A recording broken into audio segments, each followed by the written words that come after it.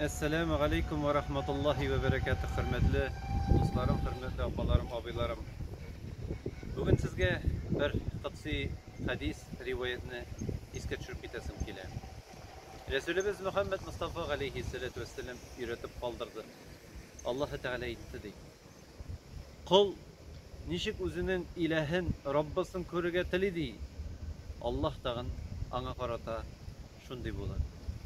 Eğer Allah Teala'nı yaman körürge, nindidir bir gazaplavuşu, yokka çıgaruşu, ana meşakkat, problem, kaygı kasret tuduruşuna bir zat revuşinde köre iken, Allah da ana şunday bulur.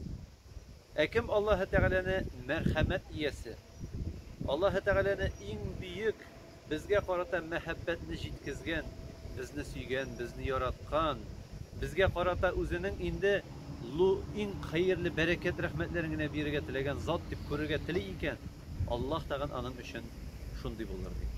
Şuna da hürmetli dostlarım, irte bilen özümüzün indi yataklarımızdan turgaş, yuğungaş, aşağaş işe gitkende Allah mini yarata, Allah bana bereketli, hayırlı günüm bireşek deyip şunday izgi ümitler bilen işigizge çıkınız. Eğer işte nindidir meşakkat kötü iken, nindidir gerekmegen kişi bilen uçraşu bulay iken Allah Teala bana hayırlısın birir. Allah Teala bana yardemin birir. Yarıp çıkarırız, yuvalıp kalmazbız, buldururuz deyip motor ittirip Allah Teala'ga tapşırıp barasız iken ertengisi günügüzni başlap. Günügüz uğuşlu, günügüz bereketli bular. Çünkü sen nişik Allah Teala'nı kuresin üzüne indirişi zat ittirip behet saadetini, o sana behet saadetin biri. Eğer sen bulmayındı, minne çıkmayındı, Allah Teala mini yaratmay, min biskin bir gadi kişi bulmaz indi deyip yürüsün iken. Eğer şunday bulsan niye sana Allah Teala özünün rahmetin birsin? Eğer sen özüne aşanmaysın iken niye sana Allah şansın? Şuna da hürmetli tuğanlarım.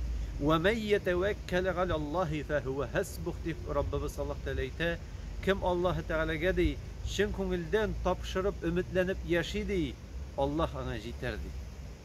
Allah ana ömrü devri jiter. Şuna da hürmetli dostlarım, günlerimizni Bismillah bilen başlayık. Turmuşlarımızı Allah'a tapşırıp bulduruk. Her bir adımımız, her bir bizning suluş, her bir aşağıdan rizik işken yutumumuz Allah Teala'nın rahmetinde bulsun deyip ümitlenip yaşayız iken ümitimiz boş bulmaz. Şatlıkta, behette, saadette buluruz. Esselamu Aleyküm ve Rahmetullahi ve Berekatuhu.